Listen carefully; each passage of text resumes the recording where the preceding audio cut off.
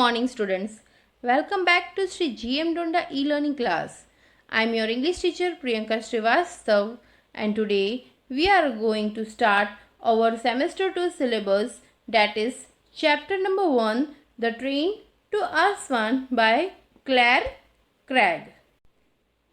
So students, here in your textbook one picture is given in the warm-up part. The picture is all about the market. And so many colorful things are there in this market. People in this market visits for buying many things. Well, whenever you go outside from your city, you usually visits to the markets for buying same new things for you. So this pictures gives you idea about the chapter. Now I will read and explain you this chapter. So let's start. Cat and Maddie are on a trip to Egypt. Cat puts her bag down on the ground to pose for a photograph.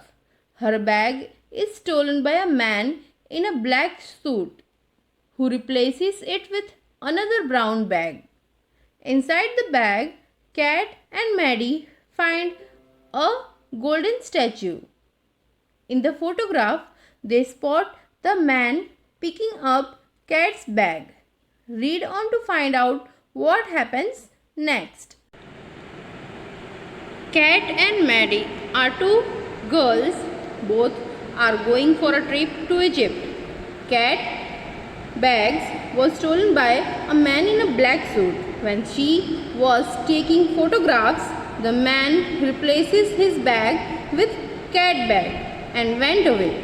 After some time, Cat and Maddie came to know that the black suit man has replaces it with another brown bag. When Cat and Maddie opened the bag, they found one golden statue. So students, यहाँ पर क्या हुआ है कि cat and Maddie जो दोनों girl हैं वो इजिप्ट जाने के लिए मतलब तैयारी कर रही हैं, मतलब वो बाहर घूमने जा रही हैं। तो घूमने जाने से पहले मतलब स्टेशन के बाहर हम कैसे कोई मार्केट होती है तो वहाँ पर ये दोनों गर्ल्स घूम रही थी। तो घूमते घूमते अचानक से कैट जो है वो अपनी सेल्फी लेने के लिए उसने अपना बैग नीचे रखा और सेल्फी ले रही थी फ़ोटो का। तभी अचानक से एक ब्लैक सूट वाला मैन आया और उसने अपनी ब्राउन बैग को कैट के बैग के साथ एक्सचेंज मतलब रिप्लेस करके वहाँ से मतलब उसने अपनी बैग वहाँ पर रख दी और कैट की बैग उठाकर वहाँ से भाग गया। फिर उसके बाद कैट तो बिजी थी अपने फ़ोटोज़ लेने में, तो उसको तो पता नहीं चला। तब फिर थोड़ी देर बाद जब कैट एंड मैडी ने अचानक से मतलब वो फ़ोटोज़ देख रहे थे तो उन्हें पता चला कि कोई ब्लैक सूट वाला मैन जो है वो उनका बैग चेंज करके गया है। तो जैसे ही उन दोनों ने उस बैग को खोल कर देखा तो उन्होंने देखा कि उस बैग में गोल्डन स्टैचू है। तो अब देखते हैं कि उस मैन ने अब क्यों वहाँ पर रखा। अब आगे पढ़कर उसके बारे में जानते हैं। Next paragraph. It was 6 o'clock. The sun was coming up. We were on the train to Aswan and Cairo. As soon behind us, as we crossed the countryside, I looked out of the window and saw several small houses and animals. Cat was looking at the photographs of the man in the black suit. तो यहाँ पर cat and Maddie जो है वो travelling कहाँ कर रहे हैं, इजिप्ट के लिए। तो यहाँ पर वो ट्रेन आसवान से कायरो जाने वाली ट्रेन में वो लोग बैठे हैं। सुबह की 6 बज रहे थे और मैडी जो थी वो जैसे मतलब ट्रेन आगे बढ़ी और उनकी कंट्री के बाहर ट्रेन बाहर निकली तो वो वहाँ से विंडो से देख रही थी कि क्या क्या है। तो जैसे कि हम ट्रेन के बाहर विंडो से देखते हैं तो छोटे छोटे घर देखने को मिलते हैं, एनिमल्स देखने को मिलते हैं, नई नई फार्मिंग वाली जगह देखने को मिलती है। उसी तरह मैडी जो है वो विंडो पर बैठकर वो सारी चीज़ें देख रही थी और जो कैट है वो उस फोटोग्राफ कंटिन्यूसली देख रही थी जिसमें वो सेल्फी ले रही थी। और उसमें जो ब्लैक सूट वाला मैन था जो उसकी बैग एक्सचेंज कर रहा था उसमें जिसका फ़ोटो आ गया था वो बार बार उस फोटो को देखी जा रही थी। Turn the next page student.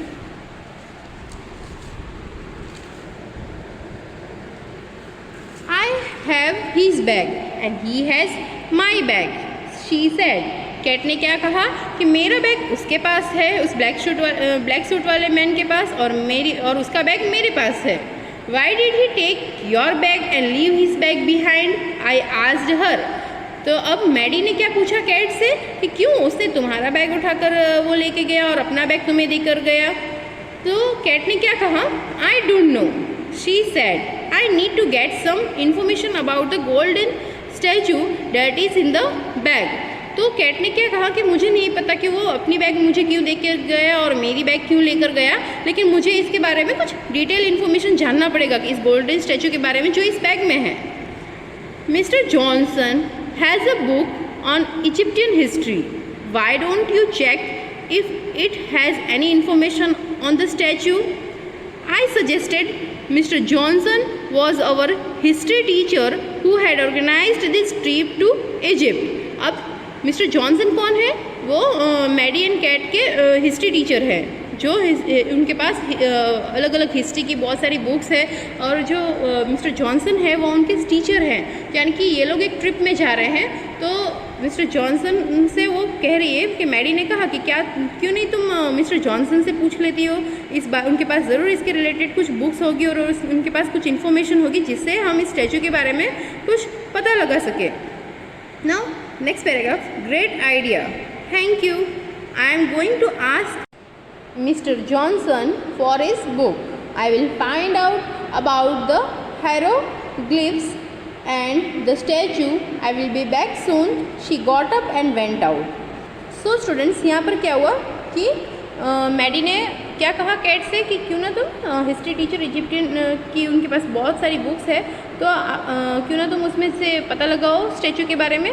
तो ये आइडिया सुनकर कैट ने क्या कहा, मैडी को थैंक यू कहा, और उसने ये कहा कि ठीक है, मैं मिस्टर जॉनसन के पास से कुछ बुक्स देखती हूँ, कुछ फ़ोटोज़ सर्च करती हूँ इस स्टैचू के बारे में, और उसके रिलेटेड कुछ इन्फॉर्मेशन गैदर करने की कोशिश करती हूँ, और मैं वापस तुरंत ही आती हूँ। और इसलिए ये कहकर कैट वहाँ से उठकर मिस्टर जॉनसन से मिलने के लिए अपनी ट्रेन में जहाँ पर वो बैठी थी वहाँ से वो बाहर निकल कर गई। I looked at the people on the train, a man in front of me was reading a newspaper.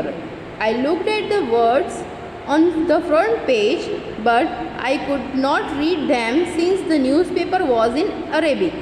यानी कि यहाँ पर मैडी क्या कह रही है कि वो कैट तो चली गई मिस्टर जॉनसन से मिलने के लिए, तो मैडी वहाँ पर ट्रेन में बैठी हुई थी।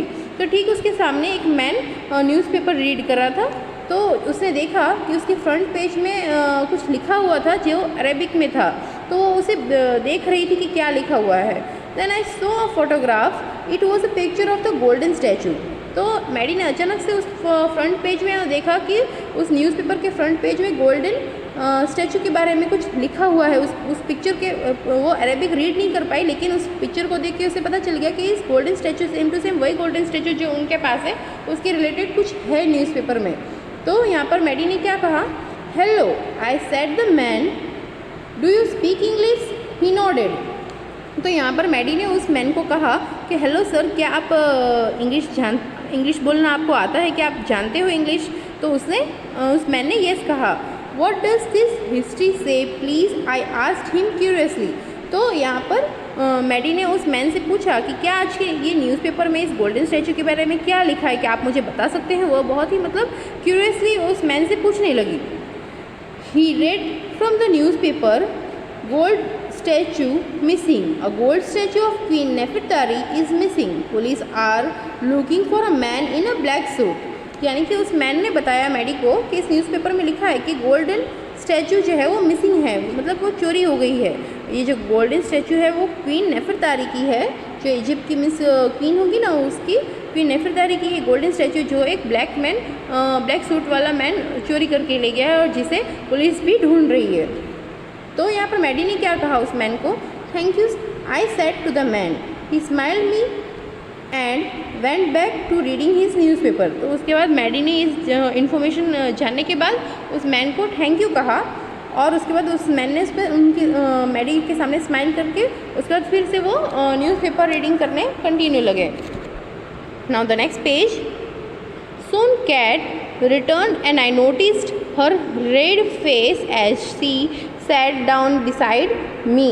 यानी कि तुरंत ही कुछ समय बाद जब कैट रिटर्न हुई तो उसने मैडी ने नोटिस किया कि कैट का जो फेस है बहुत ही ज़्यादा रेड है और वो आके मेरे बाजू में बैठी है। Maddy, she said, It's the statue of Queen Nefertari. Mr. Johnson's book had a good photographs of the statue in it. यानी कि यहाँ पर कैट ने क्या बोला मैडी को कि मैडी ये जो स्टैचू है गोल्डन स्टैचू क्वीन नेफरतारी की है मिस्टर जॉनसन की बुक में ये इसके बारे में कुछ फोटोग्राफ्स थे इस जो मैंने इसमें इंफॉर्मेशन कलेक्ट की है. The train reached Aswan at 6 o'clock that evening. Kat was asleep. It had been long journey from Cairo to Aswan. Hot air rushed in when I opened the window. यानी कि यहाँ पर जब दोनों travel कर रहे थे तो ट्रैवल करते करते जब शाम के 6 बजे तो वो लोग कैट सो रही थी और बहुत ही ज़्यादा लॉन्ग जर्नी थी फ्रॉम कायरो टू आसवान. तो बहुत ठंडा मौसम था और जैसे ही उन लोगों ने नीचे मतलब उनका स्टेशन आ चुका था तो उनको उतरना था. तो जैसे ही उन्होंने उस दरवाज़ा खोला तो बहुत ही ठंडी ठंडी हवाएं अंदर आ रही थी. तो Kat we are here we are in Aswan I said. तो यहाँ मैडी ने कैट से क्या कहा कि कैट हम पहुँच गए हैं आसवान, हम यहाँ पर आ गए हैं. Kat open her eyes and looked out. Kat ने तुरंत ही अपनी आंखें खोली और बाहर देखने लगी. Grab your bags and come with me, the hotel is nearby, we will walk said Mr Johnson. Mr Johnson ने क्या कहा कि अपनी अपनी बैगें ले लो और हम पास के किसी होटल में जाएंगे वहाँ से चलकर, ऐसा मिस्टर जॉनसन ने कहा. We noticed several people in the streets and many small shops while we walked down the streets of Aswan. You can buy clothes and jewelry in these shops, said Mr. Johnson. तो यहाँ पर जैसे ही वो उस train से नीचे उतरे तो बाहर स्टेशन के बाहर बहुत ही छोटे छोटे शॉप्स थे जहाँ पर बहुत ही अच्छी अच्छी चीज़ें मिल रही थी, क्लोथ्स ज्वेलरीज मिल रही थी. तो मिस्टर जॉनसन ने कहा कि तुम लोग यहाँ से कुछ भी जो तुम्हें ख़रीदना हो यहाँ से ख़रीद सकते हो, अपने कपड़े अपनी ज्वेलरी जो भी तुम्हें ख़रीदना हो इस शॉप से आप परचेज़ कर लो. We walk past the shops smelling the coffee of and spices. Kat said can we please stop to look at the shops. Mr. Johnson looked at us, smiled and agreed. यहाँ पर जैसे मतलब कैसे हम रास्ते में चलते जाते हैं तो कोई अच्छी चीज़ें खुशबू आती है या कोई अच्छी चीज़ें लगती है तो हम देखते देखते जाते हैं. तो वैसे ही जैसे वो लोग रोड शॉप से पास हो रहे थे बहुत अच्छी कॉफ़ी की खुशबू आ रही थी और कुछ गर्मा गर्म मसालेदार कुछ बन रहा था, वैसे ही कुछ स्मेल आ रही थी. तो कैट ने कहा कि क्या हम यहाँ वहाँ देखना बंद करके हम आगे बढ़े हैं ऐसे. तो मिस्टर जॉनसन ने स्माइल करके एग्री किया और वो लोग आगे बढ़े. I notice a beautiful necklace in the shop. Kat and I had entered. Cat was looking at a pretty box. Suddenly I noticed a man wearing a black suit walk out of the shop. यानी कि यहाँ पर क्या हुआ कि cat and Maddie जो थी वो एक किसी शॉप के पास पहुँची तो वहाँ एक ब्यूटीफुल एक नेकलेस मिल रही थी तो उसे देखने के लिए वहाँ पर वो लोग रुके. फिर थोड़ी देर बाद थोड़ी और प्रीटी जो कैट जो थी वो एक प्रीटी बॉक्स को देख रही थी, कुछ अच्छी अच्छी बॉक्स जो थी जिसमें हम स्टोर करने के लिए कोई सामान रखते हैं वो वैसी वो चीज़ें वहाँ पर देख रही थी. तो सडनली मैडी ने क्या नोटिस किया कि एक ब्लैक सूट वाला मैन उस शॉप में से बाहर निकला. Could it be him I wondered. Kat where is the bag, where is the statue I asked her. It's here she said and looked at the ground. The bag was gone. तो जैसे ही Maddy ने देखा कि एक black suit वाला man उस shop में से बाहर निकला है तो उसको डाउट गया. तो मैडी ने कैट से पूछा कि क्या ये वही जैसा है, वही क्या क्या ये यही ब्लैक सूट वाला मैन है.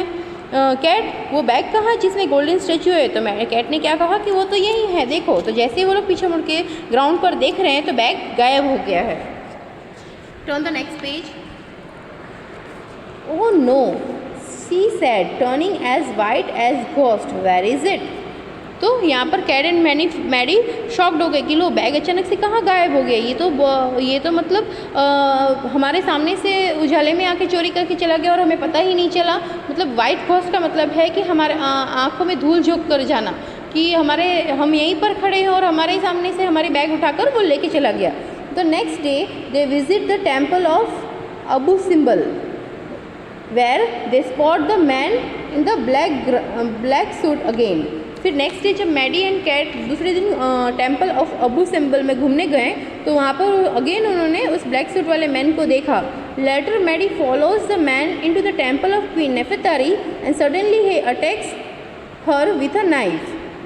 She manages to escape and soon after this mister Johnson and Kat find her and the police to arrest the man.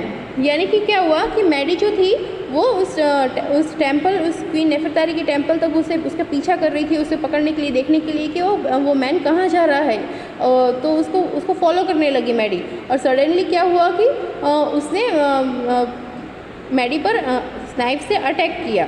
तो कैसे भी करके वहाँ से मैडी भाग निकली। उसने मैनेज किया कि वहाँ से बच निकली। और धीरे धीरे ही बस इसी तरह करते करते मिस्टर जॉनसन एंड कैट ने उसको सर्च किया और उसको पुलिस को अरेस्ट करवा दिया, उस मैन को।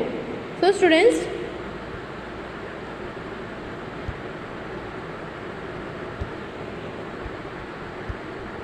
these are the hard words of this chapter. Number 1, Egypt. Number 2, pose. Number 3, statue. Number 4, Aswan. Number 5, Cairo. Number 6, photograph. Number 7, suggested. Number 8, organized. Number 9, trip. Number 10, hieroglyphs. Number 11, nodded. Number 12, curiously. Number 13, Queen Nefertari. Number 14, journey. Number 15, grab. Number 16, spices. Number 17, wondered. Number 18, Abu Simbel. Number 19, knife. Number 20, escape. Number 21, arrest. So student, I hope you have understood the chapter and enjoyed a lot. Thank you. Have a nice day.